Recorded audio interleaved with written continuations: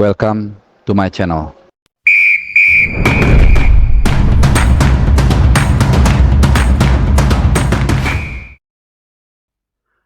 Halo, salam sehat, salam tim nasional Indonesia. Masih dari Doha, Qatar. Channel Bung Harpa masih akan terus mengawal, menemani, dan juga mendukung perjuangan adik-adik kita tim nasional Indonesia Under 23 yang terus berjuang di ajang tentunya AFC Under 23 Asian Cup ya, atau Piala Asia U23. Oke, ya, sesaat lagi, beberapa jam lagi, mungkin 24 jam lagi, kita akan segera menjalani pertandingan yang sangat krusial menghadapi Yordania di pertandingan ketiga grup A yang juga tentunya menentukan. Dan sebelum gua ke topik utama, sedikit gua mau mereview kembali ya. Jadi terkait dengan regulasi lolos atau nggak lolos sudah jelas. Ya, intinya head to head duluan, kemudian dari situ baru akan kita bisa melihat what if-nya. Yang seperti gue bilang, Indonesia intinya hanya butuh hasil imbang, bukan yang penting imbang. Jadi kalau imbang aja kita lolos gitu. Perkara kita nanti menang ya itu bonus buat kita ya. Nah, yang gue mau ulas seperti yang kalian baca juga di thumbnail dan judul, yaitu terkait dukungan warga negara Indonesia di Qatar atau diaspora di Qatar. Jadi video kali ini gue mau mendedikasikan ke mereka, khususnya Ultras Garuda Qatar yang memang sejak Piala Asia Senior kemarin ini sangat fantastik, sangat militan. Mereka sangat mendukung dengan sangat positif dan sangat komit, sangat total. Kebetulan gue tergabung di WhatsApp grupnya mereka ya. Jadi teman-teman, ini sebuah kehormatan. Gue mendedikasikan video ini buat kalian. Mereka menyiapkan banner, menyiapkan drum dan seterusnya, sampai banner dukungan dan macam-macam ya. Dan tentunya ini seperti yang juga disampaikan oleh salah dua pemain timnas langsung ke gua 2 hari lalu, itu memang sangat berarti buat mereka. Apalagi nanti atau besok tepatnya kita akan bermain di Abdullah bin Khalifa Stadium. Ya, ini stadion yang berkali-kali memberikan berkah buat kita, sudah 3 kali sebenarnya, waktu mengalahkan Vietnam, kemudian di Piala Asia Senior, kemudian Kyrgyzstan, Oman juga ketika 1-1 dan akhirnya kita lolos juga terjadi di Abdullah bin Khalifa juga. Dan kemarin ketika kita bisa mengalahkan Australia juga di stadion yang sama. Memang kalau kita lihat dari cocok logi atau dari superstition atau dari klinik, memang ya seperti itu tadi. Tapi sebenarnya ada penjelasannya juga teman-teman. Karena memang stadion itu sangat relatif kecil, hanya 10.000 kapasitas kurang lebih ya kalau nggak salah. Sehingga timnas kita yang memang selalu menang jumlah ya, hampir selalu lah gitu ya, kecuali mungkin kalau ketemu Arab Saudi, which is kita belum pernah dari senior kemarin, itu kita sangat berarti. Jadi suara dukungan dari fans kita itu bisa diserap atau didengar oleh para pemain kita. Jadi ini sangat berarti banget ya. Kalau mungkin kayak di Khalifa Internasional atau di stadion-stadion lainnya di Qatar yang besar, mungkin nggak terlalu berarti ya, jadi nguap gitu.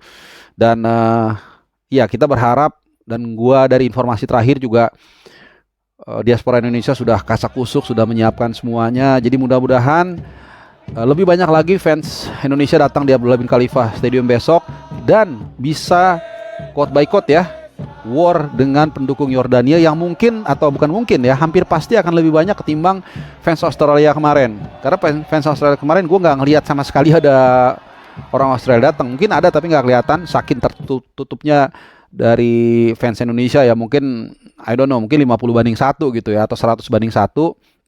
Gua nggak tahu ya, karena total penonton waktu itu tuh kalau nggak salah 2000-an. Ya gua rasa pendukung Australia itu 20 juga nggak ada ya. Kalau 20 aja pasti kan yang bule-bule itu kelihatan gitu. Yang ada malah bule-bule itu keluarganya Ivar Jenner atau keluarganya pemain diaspora yang keturunan Belanda ya.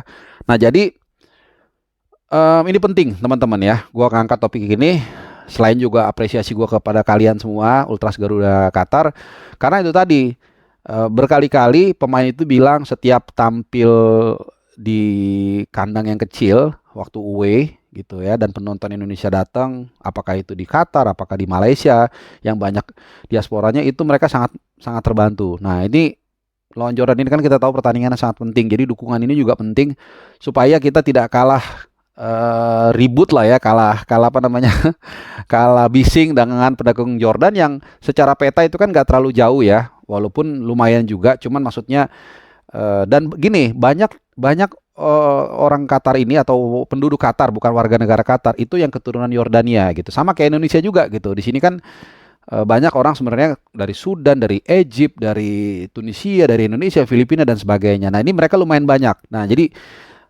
gue berharap apalagi ini berlangsungnya untungnya pukul 20.30 waktu habis maghrib ya, 6.30 waktu sini.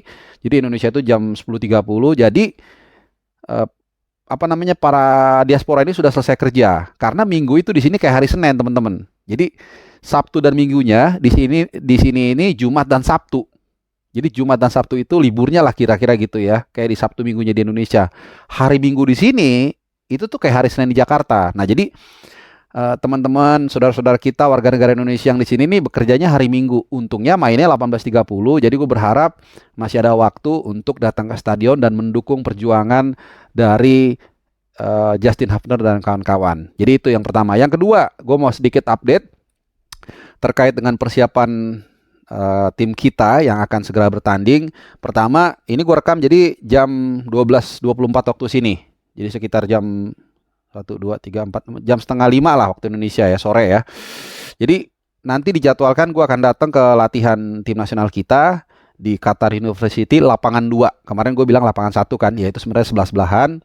Jadi satu yang mau gue update di sini adalah kondisi Pratama Arhan. Karena kemarin gue kan bikin konten judulnya semua aman kecuali Ramadan Sananta yang memang nggak bisa main karena terkena straight red card di pertandingan melawan Qatar. Nah, tapi ternyata terakhir ada kekhawatiran ya, Pratama Arhan itu agak cedera. Kalau nggak salah tuh bocor ya informasi WhatsApp-nya dia dengan istrinya Aziza. Jadi ya intinya kakinya sakit gitu ya. Dan kemarin juga kalau nggak salah kaki kanan ini dibebat. Nah, ini yang nanti kita akan lihat.